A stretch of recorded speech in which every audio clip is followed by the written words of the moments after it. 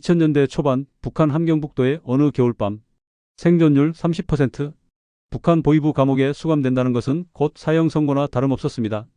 그날 밤 한 여자가 결심했습니다. 여기서 죽느니 탈출하다 죽는 게 낫다고. 이것은 실화입니다. 이름을 밝힐 수 없는 한 여성의 이야기. 그녀는 북한군 특수부대 출신이자 의사였습니다. 하지만 중국 밀무역이 발각되면서 모든 것이 무너졌습니다. 사흘 전으로 거슬러 올라가 봅시다. 그날 새벽 보위부 요원들이 그녀의 집을 급습했습니다. 문을 두들기는 소리가 요란했죠. 동무, 문 열어. 당장 열지 못해. 그녀는 잠에서 깨어 두려움에 떨었습니다. 보위부가 온다는 것은 무엇을 의미하는지 너무나 잘 알고 있었으니까요. 문이 벌컥 열리고 4명의 남자들이 들이닥쳤습니다. 동무 조용히 따라오시오. 저항하면 더 불리해질 것이오. 제가 뭘 잘못했습니까? 저는 아무것도. 중국에서 장사한 거 우리가 다 한다. 돈은 어디 숨겼나? 순순히 말하면 봐주마. 그녀의 다리가 후들거렸습니다. 중국에서의 밀무역. 그것이 발각된 것입니다. 북한에서 의사로 일하면서 받는 월급은 1880원. 그것으로는 쌀 한 봉지도 살 수 없었습니다. 쌀 가격이 4,000원이었으니까요. 그래서 그녀는 위험을 무릅쓰고 중국으로 넘어가 물건을 사다가 팔았습니다. 그것이 발각된 거죠. 보위부로 끌려간 그녀는 48시간 동안 신문을 받았습니다. 조사실은 지하에 있었습니다. 차갑고 어두웠죠. 신문관들은 번갈아가며 질문을 던졌습니다. 누구 함께 했나? 돈을 누구에게 넘겼나? 공범이 누구냐? 그녀는 계속 대답했습니다. 혼자 했다고. 다른 사람은 없다고. 하지만 그들은 믿지 않았습니다. 2시간, 4시간, 6시간. 신문은 끝나지 않았습니다. 물도 주지 않았고 화장실도 갈 수 없었습니다. 그리고 가장 끔찍한 소식을 들었습니다. 동무의 부모도 체포했어. 그들도 공범으로 조사 중이오. 그녀의 머릿속이 하얗게 변했습니다. 부모님. 아무 죄도 없는 부모님이 연좌제로 끌려간 것입니다. 북한에서는 한 사람이 죄를 지으면 온 가족이 처벌받습니다. 3대가 멸족당하기도 합니다. 안 돼요. 부모님은 아무것도 몰랐어요. 제발 부모님만은. 그럼 순순히 자백해. 공범이 누구냐? 정말 혼자 했어요. 부모님은 정말 몰랐다니까요. 하지만 그들은 듣지 않았습니다. 신문은 계속되었고 그녀는 점점 지쳐갔습니다.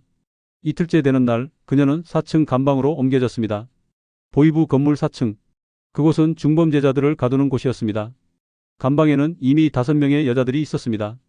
모두 지쳐 보였고 눈빛이 죽어 있었습니다. 그녀가 들어오자 몇 명이 고개를 들었습니다. 새로 왔구먼. 뭐 때문에 들어왔나? 중국 무역이요. 아이고, 그것도 요즘 많이 잡더라. 나는 성경책 봤다고 들어왔어. 나는 한국 드라마 봤다고. 나는 탈북 시도했다가. 감방 안은 절망으로 가득했습니다. 창문은 작고 높은 곳에 있었습니다. 쇠창살이 있었지만 그 안쪽에 나무 창틀이 덧대어져 있었습니다. 추위를 막기 위해서였죠. 그날 저녁 간수가 밥을 가져왔습니다. 숟가락 앞부분만 잘라낸 것을 주었습니다. 북한 감옥에서는 숟가락을 완전한 형태로 주지 않습니다. 수감자들이 숟가락 끝을 날카롭게 갈아서 자살하는 경우가 많았기 때문입니다. 오직 숟가락 머리 부분만 줍니다. 그녀는 그 작은 숟가락으로 밥을 먹으며 생각했습니다. 여기서 나가야 한다고. 감옥에 가면 죽는다고. 생존율 30%. 뒷바라지 해줄 사람이 없으면 굶어 죽거나 얼어 죽습니다. 이미 그녀의 돈은 다 압수당했고 부모님도 감옥에 있습니다. 누가 그녀를 뒷바라지 해줄까요? 아무도 없습니다. 밤이 되었습니다. 다른 수감자들은 하나둘 잠들기 시작했습니다. 추웠지만 담요는 한 사람당 한 장씩밖에 없었습니다. 그녀는 잠들 수 없었습니다. 창문 밖을 바라봤습니다. 그리고 그때 기적처럼 눈이 내리기 시작했습니다. 처음에는 작은 눈송이들이었습니다. 그러다가 점점 굵어졌습니다. 1시간, 2시간. 눈은 멈추지 않고 계속 내렸습니다. 3월이었지만 이상하게 폭설이었습니다. 새벽이 되자 눈은 이미 허리까지 쌓여 있었습니다. 그녀는 창문 밖을 내다봤습니다. 보위부 직원들이 눈을 치우고 있었습니다. 북한에는 제설 장비가 없기 때문에 사람이 직접 삽으로 눈을 치워야 합니다. 그들은 사람들이 다닐 수 있는 길만 만들고 나머지 눈은 건물 벽 쪽으로 몰아붙였습니다. 그녀는 그것을 보면서 생각했습니다. 저 눈만 있으면 4층에서 뛰어내려도 살 수 있을지도 모른다고. 군대에서 8년 동안 낙하산 훈련을 받았습니다. 특수부대 소속이었으니까요. 착지하는 법을 알고 있었습니다. 그날 저녁 그녀는 결심했습니다. 오늘 밤 탈출하겠다고. 밥을 먹으면서 다른 수감자들을 둘러봤습니다. 아무에게도 말할 수 없었습니다. 누군가 간수에게 밀고할 수도 있으니까요. 밤 9시가 되었습니다. 간수들이 순찰을 돌았습니다. 북한에서는 죄수들을 관리하는 하급 간수들을 개라고 부릅니다. 하급 병사들이 맡는 일이죠. 9시, 10시가 되면 이 간수들도 추워서 자리를 비우는 경우가 많습니다. 따뜻한 방으로 들어가서 쉬는 거죠. 그녀는 기다렸습니다. 11시, 12시. 모두가 잠든 것 같았습니다. 그녀는 조용히 일어나 창문 쪽으로 갔습니다. 그리고 손에 쥔 것은 밥 먹을 때 쓴 그 작은 숟가락이었습니다. 나무 창틀은 못으로 고정되어 있었습니다. 북한의 오래된 건물들은 대부분 이렇습니다. 나무 틀을 쇠못으로 박아서 고정시킵니다. 그녀는 그 작은 숟가락 끝으로 못 주변의 나무를 긁어내기 시작했습니다. 소리가 나지 않도록 조심스럽게, 천천히. 나무가 조금씩 부스러졌습니다. 북한의 건물들은 오래되어서 나무가 썩은 경우가 많습니다. 다행히 이 나무도 꽤 오래된 것 같았습니다. 손톱만한 조각들이 떨어져 나왔습니다. 1시간이 지났습니다. 손가락이 아팠습니다. 손톱이 깨졌습니다. 피가 났습니다. 하지만 멈출 수 없었습니다. 이것이 유일한 기회였으니까요. 2시간이 지났습니다. 못 하나가 드디어 빠졌습니다. 하지만 창틀에는 못이 4개 있었습니다. 양쪽 위에 하나씩, 양쪽 아래에 하나씩. 그녀는 계속했습니다. 손이 떨렸습니다. 피로했습니다. 하지만 포기할 수 없었습니다. 감옥에 가면 죽는다. 부모님도 이미 잡혀갔다. 살아야 한다. 살아서 다시 만나야 한다. 3시간째. 두 번째 못이 빠졌습니다. 이제 아래쪽 2개만 남았습니다. 하지만 아래쪽 못은 위쪽보다 더 튼튼하게 박혀 있었습니다. 쉽지 않았습니다. 그녀는 다른 방법을 생각했습니다. 아래쪽 못 2개만 빼고 위쪽 못을 빼면 창틀이 아래로 열릴 수 있지 않을까? 그녀는 계획을 바꿨습니다. 위쪽 2개만 빼고 아래쪽은 그대로 두는 것입니다. 4시간째. 손에 물집이 생겼습니다. 터졌습니다. 피가 더 많이 났습니다. 하지만 신기하게도 아프지 않았습니다. 아드레날린 때문이었을까요? 온 신경이 창틀에 집중되어 있었습니다. 새벽 2시. 드디어 두 번째 위쪽 못이 빠졌습니다. 이제 창틀은 아래쪽 두 못에만 고정되어 있습니다. 그녀는 조심스럽게 창틀을 밀어봤습니다. 삐걱. 소리가 났습니다. 그녀는 멈췄습니다. 주변을 둘러봤습니다. 다행히 아무도 깨어나지 않았습니다. 다시 밀었습니다. 이번에는 더 세게. 삐걱 소리와 함께 창틀이 조금 열렸습니다. 충분하지 않았습니다. 더 밀었습니다. 그리고 마침내 창틀이 아래로 기울어지며 틈이 생겼습니다. 사람이 빠져나갈 수 있을 만큼. 그녀는 잠시 멈춰서 생각했습니다. 정말 뛰어내릴 것인가? 4층입니다. 적어도 12m 높이. 아래에 눈이 쌓여 있다고 해도 잘못 떨어지면 죽을 수도 있습니다. 목이 부러질 수도 있고 척추가 다칠 수도 있습니다. 하지만 여기 남아있으면 어차피 죽습니다. 감옥에서 굶어 죽거나 맞아 죽거나 생존율 30%. 그녀는 결심했습니다. 창문 밖으로 몸을 내밀었습니다. 추운 공기가 얼굴을 때렸습니다. 아래를 내려다봤습니다. 눈이 건물 벽을 따라 높이 쌓여 있었습니다. 아마도 3m 정도? 그럼 실제 낙하 높이는 9m 정도일까요? 더 이상 생각할 시간이 없었습니다. 지금 아니면 안 됩니다. 날이 밝으면 끝입니다. 그녀는 창틀을 잡고 몸을 밖으로 빼냈습니다. 창문 테두리에 발을 걸쳤습니다. 심장이 미친 듯이 뛰었습니다. 손이 떨렸습니다. 엄마, 아빠, 미안해요. 그리고 다시 만날게요. 그녀는 뛰었습니다. 공중에 떠 있는 순간은 영혼처럼 느껴졌습니다. 바람 소리, 자신의 심장 소리, 그리고 착지, 쿵, 눈 속으로 깊이 꺼졌습니다. 온몸이 눈에 파묻혔습니다. 추웠습니다. 하지만 아팠습니다. 발목이 삐끗했지만 부러지진 않았습니다. 8년간의 낙하산 훈련, 그것이 그녀의 목숨을 구한 것입니다. 그녀는 눈 속에서 일어났습니다. 살았습니다. 죽지 않았습니다. 뼈도 부러지지 않았습니다. 기적이었습니다. 하지만 진짜 시련은 이제부터였습니다. 그녀는 주변을 둘러봤습니다. 보이부 건물 담장이 보였습니다. 2m 높이. 그 위로 철조망이 쳐져 있었습니다. 전기는 통하지 않는 것 같았지만 날카로운 철조망이었습니다. 그녀는 담장 쪽으로 달려갔습니다. 눈이 깊어서 달리기 힘들었습니다. 하지만 멈출 수 없었습니다. 그때였습니다. 야, 저기 누구냐? 멀리서 손전등 불빛이 보였습니다. 경비병들이었습니다. 발각되었습니다. 탈출이다. 4층에서 누가 탈출했다. 잡아. 전원 잡아. 그녀의 머릿속이 하얗게 변했습니다. 안 돼. 잡히면 안 돼. 잡히면 맞아 죽는다. 공포가 그녀에게 초인적인 힘을 주었습니다. 그녀는 담장으로 달려가 뛰어올랐습니다. 손이 담장 꼭대기를 잡았습니다. 철조망이 손을 찔렀습니다. 피가 났습니다. 하지만 신경 쓸 겨를이 없었습니다. 1시간 넘게 창틀을 뜯으면서 지쳐 있었지만 지금은 달랐습니다. 그녀는 담장을 기어 올랐습니다. 철조망이 옷을 찢었습니다. 살을 긁었습니다. 하지만 그녀는 멈추지 않았습니다. 저기다. 저기 올라가고 있다.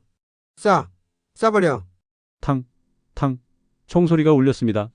그녀는 몸을 담장 너머로 던졌습니다. 떨어졌습니다. 담장 반대편 눈 위로 일어나서 다시 뛰었습니다. 어디로 가야 할까? 집으로? 안 됩니다. 집은 이미 포위되었을 것입니다. 친구 집? 그것도 위험합니다. 신고당할 수 있습니다. 그녀의 몸은 본능적으로 움직였습니다. 북쪽으로, 두만강으로. 왜 그쪽으로 가는지 머리로는 생각하지 않았습니다. 하지만 발은 그쪽으로 향했습니다. 중국, 국경. 그곳이 유일한 살 길이었습니다. 뒤에서 경비병들이 쫓아왔습니다. 서라. 서지 못해. 도망치면 쏜다. 그녀는 돌아보지 않았습니다. 그냥 뛰었습니다. 눈 덮인 거리를, 어두운 골목을, 숨이 턱까지 찼습니다. 다리가 후들거렸습니다. 하지만 멈출 수 없었습니다. 얼마나 뛰었을까요? 10분? 20분? 시간 감각이 없었습니다. 그녀는 마침내 두만강에 도착했습니다. 강이었습니다. 3월이었습니다. 그녀는 강이 녹았을 거라고 생각했습니다. 하지만 아니었습니다. 강이 가장자리 1m 정도만 녹아 있었습니다. 하지만 강 중앙은 여전히 얼어 있었습니다. 어떻게 건너가야 할까? 얼음 위로 걸어가야 할까? 하지만 얼음이 깨지면? 물에 빠지면? 지금 이 추위에? 그녀는 망설였습니다. 그 짧은 순간에 저기 있다. 뒤에서 경비병들이 따라잡아 왔습니다. 5명, 6명. 손전등 불빛이 그녀를 비췄습니다. 움직이지 마. 지금 써. 그녀는 뒤를 돌아봤습니다. 경비병들이 숨을 헐떡이며 다가오고 있었습니다. 나와. 지금 나오면 봐준다. 거짓말입니다. 그녀는 알고 있었습니다. 나가면 죽입니다. 자기들이 졸다가 수감자를 놓쳤으니까 그 분풀이를 그녀에게 할 것입니다. 맞아 죽을 것입니다. 마지막으로 경고한다. 나와. 그녀는 결정했습니다. 잡혀서 맞아 죽느니 차라리. 그녀는 얼음물 속으로 걸어 들어갔습니다. 야. 미쳤냐. 거기 들어가면 죽는다. 나와. 당장 나와. 물이 발목을 적셨습니다. 무릎까지 올라왔습니다. 얼음처럼 차가웠습니다. 허벅지까지, 허리까지, 가슴까지. 그녀는 계속 걸어 들어갔습니다. 더 깊은 곳으로, 물속으로. 엄마. 다음 생에서는 행복한 딸로 태어날게. 물이 목까지 올라왔습니다. 얼굴까지. 그녀는 물속으로 잠겼습니다. 차가웠습니다. 너무 차가웠습니다. 폐가 터질 것 같았습니다. 온몸이 얼어붙는 것 같았습니다. 그녀는 물속에서 눈을 떴습니다. 어두웠습니다. 아무것도 보이지 않았습니다. 물살이 그녀를 끌고 갔습니다. 어디론가? 그녀는 저항하지 않았습니다. 그냥 흘러갔습니다. 얼마나 지났을까요? 1분? 2분? 3분? 폐가 터질 것 같았습니다. 숨을 쉬고 싶었습니다. 하지만 물 밖으로 나가면 경비병들이 볼 것입니다. 조금만 더. 조금만 더. 의식이 흐릿해졌습니다. 눈앞이 캄캄해졌습니다. 이제 여기서 끝인가? 그리고 그녀는 의식을 잃었습니다. 두만강 하류에는 소라고 불리는 곳이 있습니다. 강물이 소용돌이치는 곳입니다. 그곳에 휘말리면 바다까지 끌려가서 익사하게 됩니다. 매년 그곳에서 수십 명이 죽습니다. 하지만 기적적으로 그녀는 그 소용돌이를 피했습니다. 물살이 그녀를 강가로 밀어냈습니다. 중국 쪽 강가로. 중국 마을의 한 남자가 아침에 강가를 지나가다가 발견했습니다. 저게 뭐야? 눈 속에 사람이 쓰러져 있었습니다. 여자였습니다. 옷이 젖어 있었습니다. 야, 여기 사람 있어? 빨리 와봐. 마을 사람들이 모여들었습니다. 살아있나? 맥박이 뛴다. 아직 살아있어. 병원에 데려가야 해. 잠깐 이 옷 좀 봐. 북한 옷이야? 뭐? 북한 사람이라고? 그럼 신고해야 하는 거 아냐? 공안에 신고하면 3천 위안 받을 수 있어? 맞아. 빨리 전화해. 한 남자가 휴대전화를 꺼내려는 순간 아래 마을에서 한 부부가 급히 달려왔습니다. 잠깐만요. 잠깐. 한국계 중국인 부부였습니다. 50대 정도 되어 보이는. 이 사람 제가 아는 동생이에요. 제가 데려갈게요. 뭐? 당신이 아는 사람이라고? 네. 연락받고 내려왔어요. 제가 돈 드릴게요. 얼마 주면 돼요? 남자들이 서로 쳐다봤습니다. 신고하면 3천이 아닌데. 알겠어요. 5천이 안 드릴게요. 괜찮죠? 좋아. 그럼 5천이 안. 한국계 중국인 남자가 돈을 꺼내 주었습니다. 그리고 부부는 쓰러진 여자를 차에 태웠습니다. 그녀가 눈을 떴을 때는 이틀 후였습니다. 천장이 보였습니다. 나무 천장. 따뜻했습니다. 처음으로 정말 오랜만에 따뜻함을 느꼈습니다. 깨어났네요. 옆에서 여자 목소리가 들렸습니다. 50대 정도의 한국계 중국인 여자였습니다. 여기가 어디예요? 중국이에요. 우리 집이고요. 안전해요. 중국. 제가 살았어요? 네, 살았어요. 정말 운이 좋았어요. 조금만 늦었어도 여자는 따뜻한 죽을 떠서 그녀에게 먹였습니다. 그녀는 눈물을 흘리며 죽을 먹었습니다. 살았습니다. 죽지 않았습니다. 기적이었습니다. 며칠 후 그녀는 회복되었습니다. 부부와 함께 앉아 이야기를 나눴습니다. 이제 어떻게 할 생각이에요? 모르겠어요. 북한은 못 돌아가요. 가면 죽으니까요. 그럼 여기서 일하면서 돈 좀 벌어볼래요? 3년만 일하면 북한에 자수할 때 바칠 돈을 모을 수 있을 거예요. 자수요? 그게 가능한가요? 네. 돈을 충분히 바치고 자수하면 형량이 줄어들어요. 당 생활도 복귀할 수 있고요. 그녀는 고개를 끄덕였습니다. 3년. 3년만 버티면 됩니다. 그리고 돈을 모아서 북한으로 돌아가서 부모님을 구출합니다. 그렇게 그녀는 중국에서 일하기 시작했습니다. 부부가 소개해준 한국 식당이었습니다. 주방에서 일했습니다. 한국인 사장이 운영하는 식당이었습니다. 사장은 40대 남자였습니다. 친절했습니다. 그녀에게 잘해줬습니다. 음식 솜씨가 정말 좋으시네요. 중국 음식이 안 맞아서 고생하다가 이렇게 맛있는 한식을 먹게 되니 감사해요. 아닙니다. 제가 해드릴 수 있는 게 이것밖에 없어서요. 그래도 감사해요. 정말 고향 음식 같아요. 몇 달이 지났습니다. 그녀는 열심히 일했습니다. 돈을 모았습니다. 3년만 버티면 됩니다. 어느 날 사장이 그녀에게 조심스럽게 물었습니다. 혹시 한국에 관심 없으세요? 그녀는 깜짝 놀랐습니다. 한국이요? 안 됩니다. 절대 못 가요. 왜요? 한국은 좋은 나라예요. 거긴 미국 식민지잖아요. 저 같은 당원이 거기 가면 국정원이 죽일 텐데요. 사장은 웃었습니다. 아니에요. 한국은 민주주의 국가예요. 아무도 해치지 않아요. 믿을 수 없어요. 제가 북한에서 배운 건 그게 아니었어요. 그럼 이렇게 해요. 저랑 같이 한 번만 가봐요. 가보고 마음에 안 들면 다시 돌아오면 되잖아요. 정말요? 돌아올 수 있어요? 당연하죠. 비행기로 가는 거니까 쉽죠. 그녀는 고민했습니다. 한국. 그곳은 적국입니다. 북한에서는 한국을 미국의 식민지라고 가르쳤습니다. 한국에 가면 고문당하고 죽는다고 했습니다. 하지만 이 사장은 나쁜 사람 같지 않았습니다. 몇 달 동안 같이 일하면서 친절하게 대해줬습니다. 정말 돌아올 수 있어요? 네. 약속할게요. 그녀는 결정했습니다. 한번 가보자. 정말 나쁜 곳이면 다시 돌아오면 됩니다. 하지만 그녀는 몰랐습니다. 한국에 한번 가면 다시는 돌아올 수 없다는 것을. 베이징 공항이었습니다. 그녀는 생전 처음 비행기를 탔습니다. 가짜 여권을 받았습니다. 중국 여권이었습니다. 출국 심사대에 섰습니다. 심사관이 여권을 받아 스캔했습니다. 한참을 쳐다봤습니다. 이 사진 좀 이상한데? 그녀의 심장이 멈추는 것 같았습니다. 들켰습니다. 이제 끝입니다. 이 여자 누구야? 사장이 자연스럽게 대답했습니다. 제 직원이에요. 한국 출장 같이 가는 거예요. 심사관이 다시 한참을 쳐다봤습니다. 그녀의 손에 땀이 났습니다. 됐어. 가. 도장을 찍는 소리. 쿵. 그녀는 믿을 수 없었습니다. 통과했습니다. 살았습니다. 비행기 안에서 그녀는 창밖을 내다봤습니다. 하늘이었습니다. 구름이 가까이 있었습니다. 생전 처음 하늘을 나는 것이었습니다. 정말 한국에 가는 건가? 3시간 후 인천공항에 도착했습니다. 이제 입국 심사만 통과하면 돼요.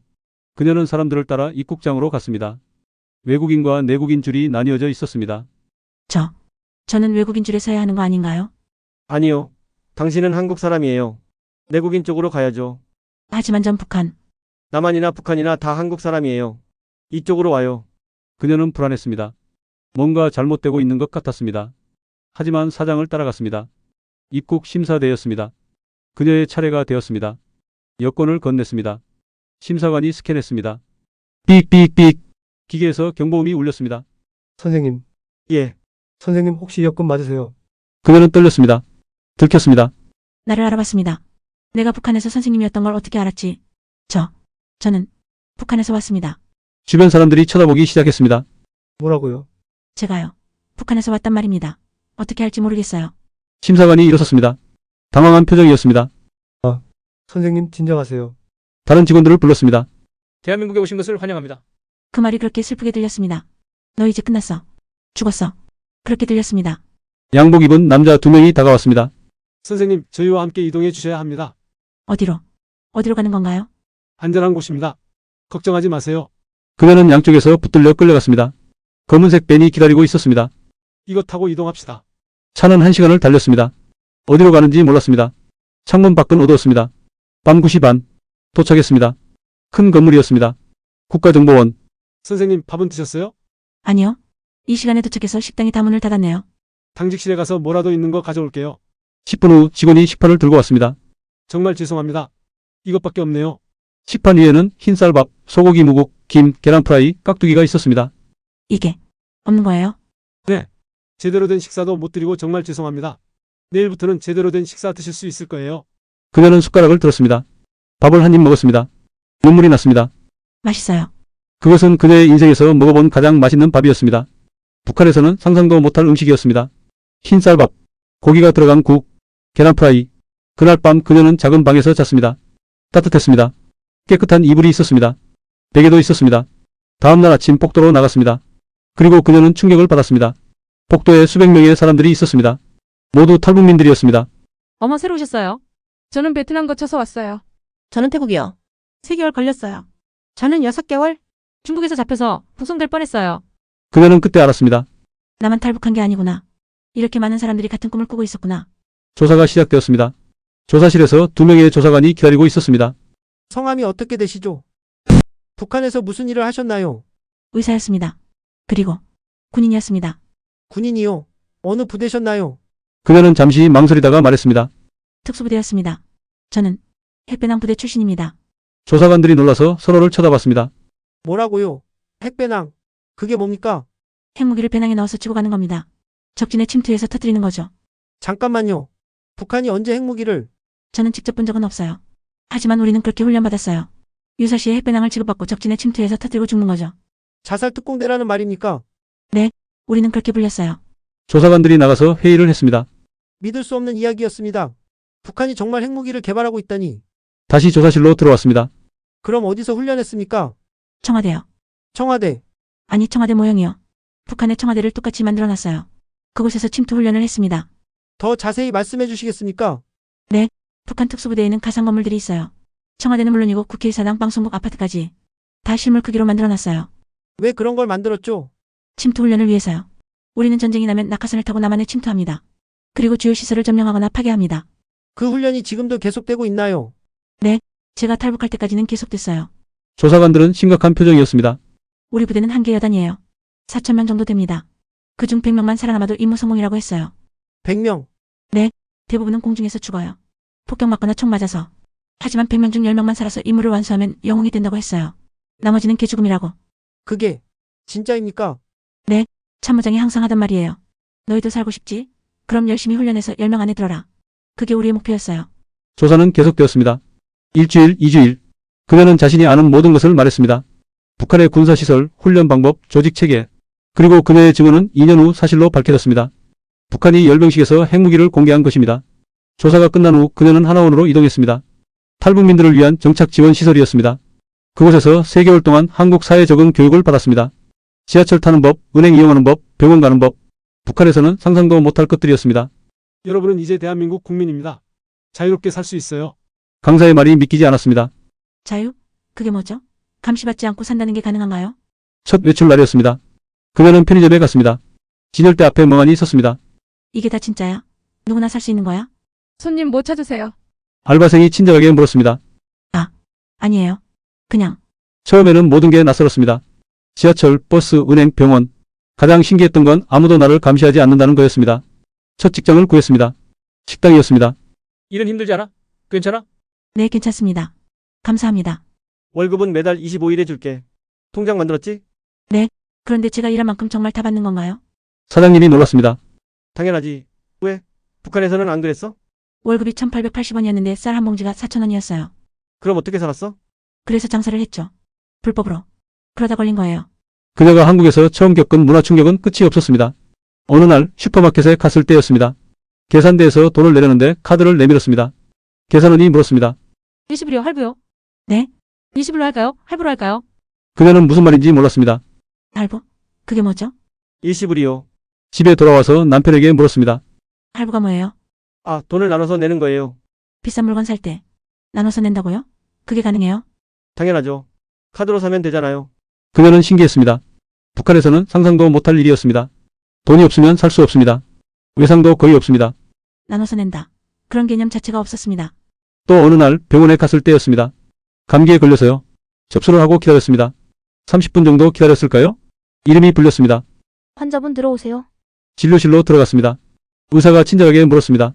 어디 불편하세요? 감기 걸린 것 같아요. 기침이 나고 열도 나요. 언제부터 그러셨어요? 이틀 전부터요. 의사가 청진기로 진찰했습니다. 목도 봤습니다. 감기 많네요. 약 처방해 드릴까?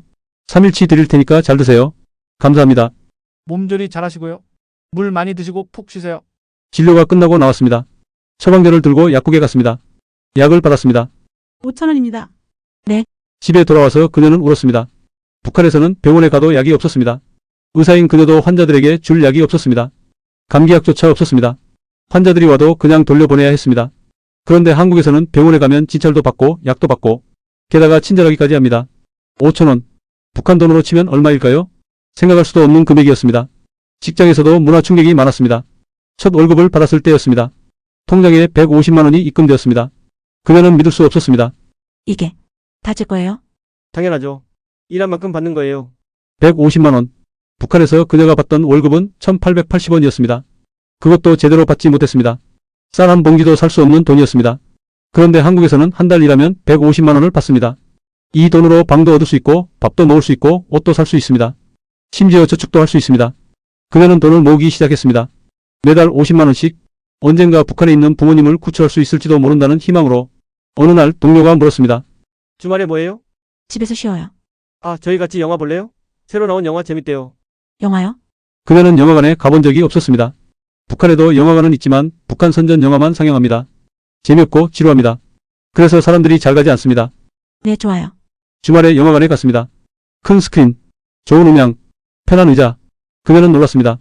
이렇게 좋은 곳에서 영화를 보다니. 영화는 할리우드 액션 영화였습니다. 폭발 장면, 자동차 추격 장면, 총격전. 그녀는 영화에 푹 빠졌습니다. 이 시간이 순식간에 지나갔습니다. 영화가 끝나고 나왔습니다. 재밌었죠? 네, 정말 좋았어요. 다음에 또 같이 봐요. 집에 돌아오는 길에 그녀는 생각했습니다. 이런 게 자유구나. 내가 하고 싶은 것을 할 수 있다는 거. 영화를 보고 싶으면 보고 쇼핑하고 싶으면 하고 여행 가고 싶으면 가고. 북한에서는 모든 게 통제됩니다. 어디를 가려면 통행증이 필요합니다. 다른 도시에 가려면 허가를 받아야 합니다. 외국 영화는 볼 수 없습니다. 외국 음악도 들을 수 없습니다. 인터넷도 없습니다. 그런데 한국은 다릅니다. 아무도 감시하지 않습니다. 하고 싶은 걸 할 수 있습니다. 이게 자유구나. 1년이 지났습니다. 그녀는 한국 생활에 많이 적응했습니다. 지하철도 능숙하게 타고 스마트폰도 잘 쓰고 인터넷 쇼핑도 합니다. 그런데 여전히 힘든 게 있었습니다. 외로움이었습니다. 한국에는 친구가 없었습니다. 동료들과 가깝게 지내려고 노력했지만 쉽지 않았습니다. 문화가 다르고 경험이 다르고 대화 주제도 달랐습니다. 동료들이 이야기하는 것들, 어떤 아이돌이 좋다더라, 어떤 드라마가 재밌다더라, 주말에 어디 갔다더라. 그녀는 그런 이야기에 끼지 못했습니다. 북한 이야기를 하자니 분위기가 무거워지고 그렇다고 가만히 있자니 외톨이가 되는 것 같았습니다. 어느 날 저녁 혼자 집에 앉아 있었습니다. 텔레비전을 켜서 뉴스를 봤습니다. 북한 관련 뉴스가 나왔습니다. 북한이 미사일을 발사했다는 내용이었습니다. 그녀는 화면을 보며 생각했습니다. 저곳에 부모님이 계신다. 지금 어떻게 지내고 계실까? 살아계시기는 할까? 나를 원망하실까? 눈물이 났습니다. 그녀는 울었습니다. 혼자서 한참을 울었습니다. 다음 날 사장이 물었습니다. 많이 힘들어 보이는데 괜찮아요? 괜찮아요. 거짓말. 많이 울었죠? 탈북민 상담센터 알아요?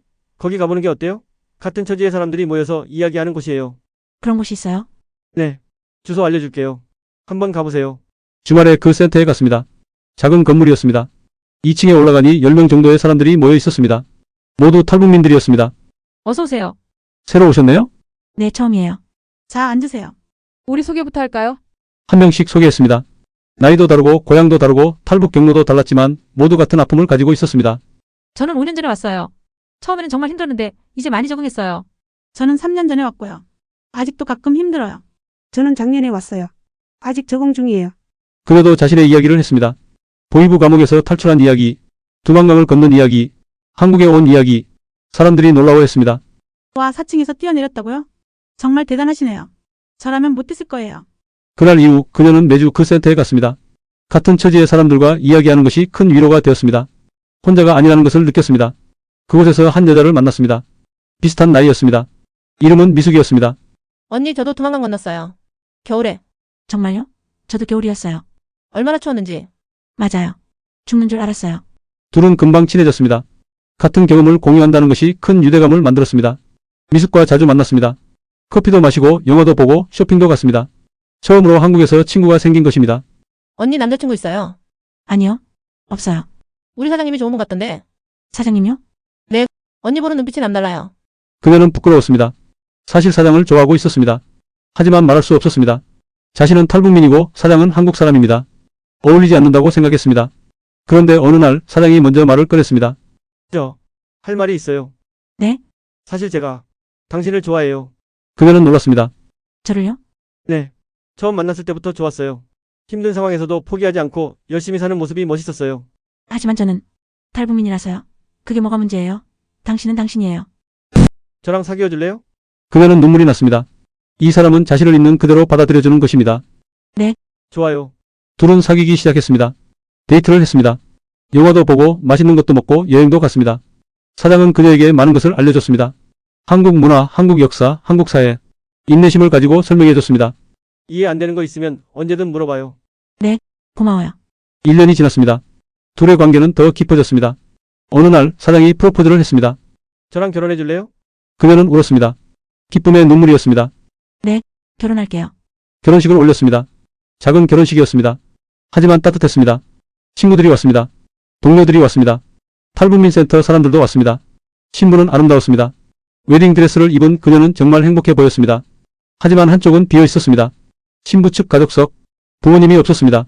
형제 자매도 없었습니다. 신랑 어머니가 그녀의 손을 잡았습니다. 이제 우리 딸이에요. 걱정하지 마세요. 그녀는 또 울었습니다. 감사합니다, 어머니. 신혼여행을 제주도로 갔습니다. 생전 처음 보는 바다였습니다. 푸른 바다, 하얀 모래사장, 따뜻한 햇살. 아름답다. 그렇죠? 제주도는 정말 아름다운 곳이에요. 둘은 해변을 걸었습니다. 손을 잡고 파도 소리를 들으며 행복해요? 정말 행복해요. 앞으로도 계속 행복하게 해줄게요. 고마워요. 1년 후 아이가 태어났습니다. 딸이었습니다. 작고 예뻤습니다. 우리 딸. 그녀는 아기를 안고 울었습니다. 이 아이는 자유로운 나라에서 태어났습니다. 이 아이는 북한에서 자신이 겪은 그런 고통을 겪지 않아도 됩니다. 사랑해, 우리 딸. 엄마가 지켜줄게. 행복하게 살 수 있도록. 아이가 자랐습니다. 돌이 되고 두 돌이 되고 세 돌이 되었습니다. 말을 배우고 걷기 시작하고 뛰기 시작했습니다. 엄마! 그 소리가 그렇게 좋을 수 없었습니다. 응, 엄마 여기 있어. 아이는 밝고 건강했습니다. 웃음이 많았습니다. 호기심도 많았습니다. 저도 뭐야? 저건 비행기야. 비행기? 타볼 수 있어? 응, 나중에 타보자. 와, 그녀는 생각했습니다. 이 아이는 자신이 꿈꾸던 삶을 살고 있다고. 자유롭고 행복하고 희망이 있는 삶을. 2년이 더 지나서 둘째가 태어났습니다. 아들이었습니다. 이제 그녀는 두 아이의 엄마였습니다. 남편과 함께 작은 집에서 살았습니다. 행복했습니다. 하지만 여전히 마음 한구석은 아팠습니다. 북한에 두고 온 부모님. 소식을 알 수 없었습니다. 어느 날 북한 관련 단체에서 연락이 왔습니다. 혹시 북한에 계신 가족들 소식을 알아보시겠어요? 저희가 브로커를 통해서 확인할 수 있어요. 정말요? 그게 가능해요? 비용이 좀 들긴 하지만 가능해요. 얼마나 들어요? 300만 원 정도요. 적지 않은 돈이었습니다. 하지만 그녀는 결정했습니다. 하겠습니다. 2개월 후 연락이 왔습니다. 소식 있어요. 정말요? 어머님과 아버님 돌아가셨다고 합니다. 그녀의 머릿속이 하얗게 변했습니다. 뭐라고요? 탈북 후 연자제로 수용소에 보내졌고 거기서 돌아가셨다고 합니다. 죄송합니다. 전화를 끊었습니다. 그녀는 무너졌습니다. 바닥에 주저앉아 울었습니다. 엄마. 아빠. 남편이 그녀를 안아줬습니다. 미안해요. 미안해요. 당신 잘못이 아니에요. 제가 탈북하지 않았으면 그랬으면 당신도 죽었을 거예요. 하지만 당신은 살아야 했어요. 그게 옳은 선택이었어요. 그날 밤 그녀는 잠들지 못했습니다. 부모님 생각만 했습니다. 마지막으로 본 모습. 마지막으로 나눈 대화. 달아, 조심해라. 중국 가는 거 위험하다. 괜찮아요, 엄마. 금방 다녀올게요. 그게 마지막이었습니다. 며칠 동안 그녀는 아무것도 할 수 없었습니다. 밥도 못 먹고 잠도 못 자고 그냥 울기만 했습니다. 남편이 걱정했습니다. 병원 가볼까요? 상담받는 게 좋을 것 같아요. 아니에요. 괜찮아요. 괜찮지 않아요. 당신 많이 힘들어하잖아요. 결국 그녀는 정신과 상담을 받기 시작했습니다. 죄책감을 느끼시는 거군요. 제 때문에 부모님이 돌아가셨어요. 당신 잘못이 아니에요. 북한 체제의 문제예요. 하지만 당신이 탈북하지 않았으면 당신도 죽었을 거예요. 그리고 지금의 가족도 없었겠죠. 당신의 아이들도 태어나지 않았을 거고요. 상담사의 말이 조금 위로가 되었습니다. 부모님은 당신이 살아있기를 바라셨을 거예요. 당신이 행복하기를 바라셨을 거고요. 지금 당신이 할 수 있는 건 잘 사는 거예요. 행복하게 사는 거예요. 그게 부모님에 대한 최고의 효도예요. 그 말이 그녀를 깨웠습니다. 맞습니다. 부모님은 자신이 행복하기를 바라셨을 것입니다. 천천히 그녀는 회복되었습니다. 일상으로 돌아갔습니다. 아이들을 돌보고 남편과 함께 시간을 보내고 그리고 새로운 일을 시작했습니다. 탈북민 정착을 돕는 상담사가 된 것입니다. 시간이 흘렀습니다. 1년, 2년. 그녀는 한국 생활에 완전히 적응했습니다. 그리고 그 사장과 결혼했습니다. 그녀를 한국으로 데려온 그 사람과 조사 마지막 날 조사관이 물었었습니다. 혹시 결혼 계획 있으세요? 그런데 선생님을 한국으로 데려온 그분이랑은 아니죠? 무슨 말씀이세요? 그분이 저를 한국으로 데려왔는데 그분을 배신하면 안 되죠. 조사관들이 웃었습니다. 의리 있으시네요. 그때는 정말 그렇게 생각했습니다. 의리로 결혼해야 한다고. 하지만 진짜 사랑하게 됐습니다. 10년이 흘렀습니다. 두 아이는 자랐습니다. 큰딸은 초등학교 5학년이 되었고 아들은 3학년이 되었습니다. 딸이 어느 날 숙제를 하다가 물었습니다. 올해는 펀디세요? 그녀는 놀랐습니다. 아직 아이들에게 자세히 이야기하지 않았었습니다. 그렇단다. 그럼 못 만나요? 지금은 못 만나. 왜요? 북한하고 남한은 지금 왕래가 안 되거든. 그럼 전화는요? 전화도 안 돼. 편지는요? 편지도 안 돼. 딸이 슬픈 표정을 지었습니다. 불쌍하다. 엄마가 어렵겠어요? 그 말에 그녀는 눈물이 났습니다. 괜찮아. 엄마는 너희가 있잖아. 저는 만나고 싶어요. 언젠가는 만날 수 있을 거야. 그날 밤 남편과 이야기했습니다. 아이들에게 제대로 말해줘야 할 것 같아요. 그래요. 이제 알 나이가 됐죠. 다음 주말 가족회의를 했습니다. 아이들을 앉혀놓고 이야기했습니다. 엄마가 너희에게 할 이야기가 있어. 뭐예요? 엄마는 북한에서 태어났단다. 아이들이 조용히 들었습니다. 그곳은 남한과 많이 달라. 자유가 없고 먹을 것도 부족하고 힘든 곳이야. 왜요? 나라가 잘못 운영되고 있거든. 독재자가 나라를 지배하고 있어. 그녀는 천천히 조심스럽게 자신의 이야기를 했습니다. 북한에서의 삶, 탈출, 한국에 온 과정. 아이들은 충격을 받은 표정이었습니다. 엄마가 그런 일이 듣겠어요? 응. 부럽지 않았어요? 무서웠지. 정말 무서웠어. 하지만 살고 싶었어. 그리고 지금 이렇게 너희를 만났잖아. 딸이 그녀를 안아줬습니다. 고생 많으셨어요. 아들도 안아줬습니다. 엄마, 사랑해요. 그녀는 두 아이를 꼭 안았습니다. 눈물이 났습니다. 엄마도 사랑해. 많이 많이 사랑해. 그날 이후 아이들은 그녀를 다르게 보기 시작했습니다. 더 존경하는 눈빛으로, 더 소중하게. 엄마는 정말 용감해요. 고마워 딸. 학교에서 딸이 발표를 했습니다. 주제는 내가 존경하는 사람이었습니다. 저는 우리 엄마를 존경합니다. 우리 엄마는 북한에서 왔습니다. 난 어려움을 이겨내고 합류했습니다. 그리고 지금은 다른 탈북민들을 돕고 있습니다. 저는 우리 엄마가 자랑스럽습니다. 선생님과 친구들이 박수를 쳤습니다. 딸은 뿌듯했습니다. 집에 와서 딸이 말했습니다. 오늘 발표했어요. 엄마에 대해서. 그래? 어땠어? 정말 멋있대요. 용감하대요. 고마워 딸. 저도 나중에 엄마처럼 삶을 도와주는 일 하고 싶어요. 그 말에 그녀는 행복했습니다. 자신의 경험이 아이에게 좋은 영향을 준 것입니다. 그녀는 탈북민 상담사로 일하면서 많은 사람들을 만났습니다. 어떤 사람은 가족을 북한에 두고 와서 슬퍼했습니다. 제 아이가 북한에 있어요. 5살짜리 딸이요. 데리고 싶은데 방법이 없어요. 힘드시겠어요. 저도 이해해요. 어떻게 해야 할까요? 일단은 브로커를 통할 수밖에 없어요. 비용이 많이 들지만 얼마나 들어요? 1,000만 원 정도요. 1,000만 원. 그렇게 큰 돈이. 하지만 포기하지 마세요. 조금씩 모으면 됩니다. 그리고 단체에서 지원해주는 경우도 있어요. 그녀는 그 사람을 도왔습니다. 단체를 연결해주고 정보를 제공하고 정서적으로 지지했습니다. 1년 후 그 사람의 딸이 한국에 왔습니다. 어머니와 딸이 상봉하는 모습을 보며 그녀도 울었습니다. 감사합니다. 정말 감사합니다. 아니에요. 잘 됐네요. 선생님 덕분이에요. 아니에요. 포기하지 않은 당신 덕분이에요. 그런 일들이 그녀에게 보람을 주었습니다. 자신의 경험이 다른 사람들에게 도움이 된다는 것이. 어느 날 TV 프로그램에서 인터뷰 요청이 왔습니다. 탈북민의 삶을 다루는 다큐멘터리였습니다. 출연하시겠어요? 남편과 상의했습니다. 위험하지 않을까요? 신분이 노출되면. 그럴 수도 있어요. 하지만 많은 사람들이 북한의 실상을 알아야 한다고 생각해요. 그렇긴 하지만. 제가 직접 겪은 걸 이야기하고 싶어요. 많은 사람들이 알아야 한다고 생각해요. 결국 그녀는 출연을 결정했습니다. 얼굴은 모자이크 처리하고 목소리는 변조했습니다. 촬영이 시작되었습니다. 북한에서의 삶은 어땠나요? 힘들었습니다. 매일 배고팠고 자유가 없었고 두려웠습니다.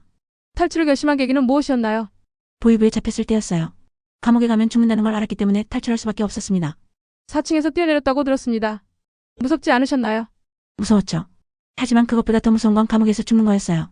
두만강을 건널 때 어땠나요? 죽을 각오를 했습니다. 얼음물 속으로 걸어 들어갈 때 이게 마지막이라고 생각했어요. 하지만 살아남으셨네요. 기적이었습니다. 한국에 와서 가장 놀랐던 건 무엇이었나요? 자유였습니다. 아무도 감시하지 않는다는 거. 하고 싶은 걸 할 수 있다는 거. 그게 가장 신기했어요. 지금은 어떻게 지내시나요? 행복합니다. 남편도 있고 아이들도 있고 탈북민들을 돕는 일도 하고 있습니다. 북한에 계신 분들에게 하고 싶은 말씀 있나요? 포기하지 마세요. 희망은 있습니다. 더 나은 삶이 가능합니다. 용기를 내세요. 한국 국민들에게 하고 싶은 말씀은요?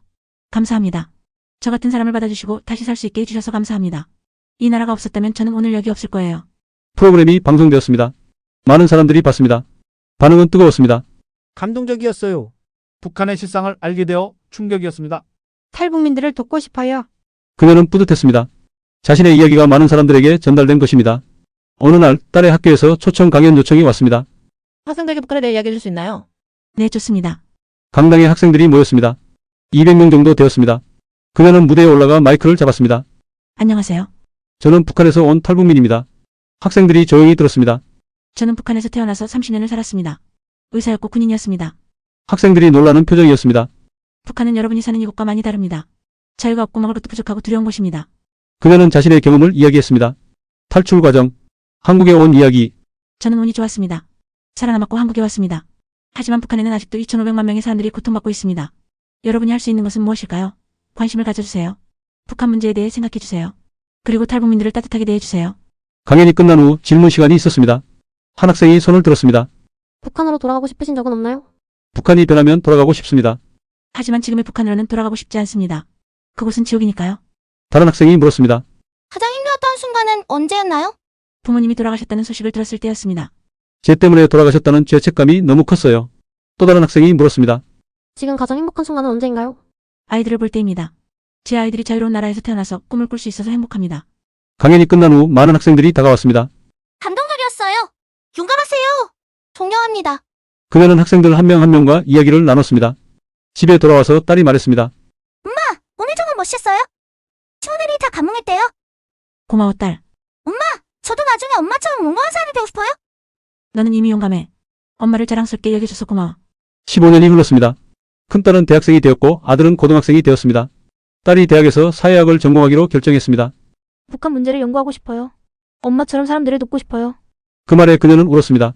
기쁨의 눈물이었습니다. 자랑스럽다 딸. 엄마 덕분이에요. 엄마가 저한테 용기를 주셨어요. 아들도 자신의 꿈을 이야기했습니다. 저는 군인이 되고 싶어요. 나라를 지키고 싶어요. 왜 그런 생각을 하게 됐어? 엄마의 이야기를 듣고요. 자유가 얼마나 소중한지 알게 됐어요. 그 자유를 지키고 싶어요. 그녀는 두 아이가 자랑스러웠습니다. 어느 날 그녀는 북한을 다시 생각했습니다. 고향. 부모님이 묻혀 있을 거고. 언젠가는 통일이 될까? 남편이 대답했습니다. 될 거예요. 언젠가는. 그때 가보고 싶어요. 부모님 묘소에. 그럴 거예요. 꼭 그럴 거예요. 그녀는 창밖을 바라봤습니다. 북쪽을 향해. 엄마 아빠. 저 잘 살고 있어요. 행복해요. 그리고 언젠가 꼭 찾아뵐게요. 기다려주세요. 20년이 흘렀습니다. 그녀는 이제 50대가 되었습니다. 탈북민 상담사로 20년을 일했습니다. 수백 명의 탈북민들을 도왔습니다. 큰딸은 졸업하고 북한 인권단체에서 일하기 시작했습니다. 엄마, 저도 엄마처럼 사람들을 돕고 싶어요. 자랑스럽다 딸. 아들은 육군사관학교에 입학했습니다. 엄마, 나라를 지킬게요. 고마워 아들. 그녀는 생각했습니다. 자신의 선택이 옳았다고. 탈북한 것, 한국에 온 것, 이곳에서 가족을 꾸린 것, 대한민국. 이곳은 제게 단순히 새로운 나라가 아닙니다. 다시 태어난 곳입니다. 꿈을 꿀 수 있는 곳입니다. 그리고 희망이 있는 곳입니다. 그녀는 매일 아침 일어나면 감사했습니다. 오늘도 자유롭게 살 수 있다는 것에 감사합니다. 그녀의 이야기는 계속됩니다. 그리고 앞으로도 계속될 것입니다. 북한에서 태어나 지옥을 경험했지만 지금은 천국에서 살고 있습니다. 자유로운 나라, 희망이 있는 나라. 대한민국 국민 여러분께 다시 한번 감사드립니다. 저를 받아주시고 제 가족을 받아주시고 우리에게 새로운 삶을 주셔서 감사합니다. 이 나라가 없었다면 저는 오늘 여기 없을 것입니다. 이 나라가 없었다면 제 아이들도 없을 것입니다. 감사합니다. 정말 감사합니다. 현재 대한민국에는 약 3만 4천 명의 탈북민이 살고 있습니다. 이들은 자유를 찾아 목숨을 걸고 탈북했습니다. 그들의 용기에 경의를 표합니다. 그리고 북한에는 아직도 2,500만 명의 사람들이 고통받고 있습니다. 그들도 언젠가는 자유를 누릴 수 있기를 바랍니다. 통일이 되는 그날까지, 모든 한국 사람들이 자유를 누리는 그날까지 우리는 희망을 잃지 않을 것입니다.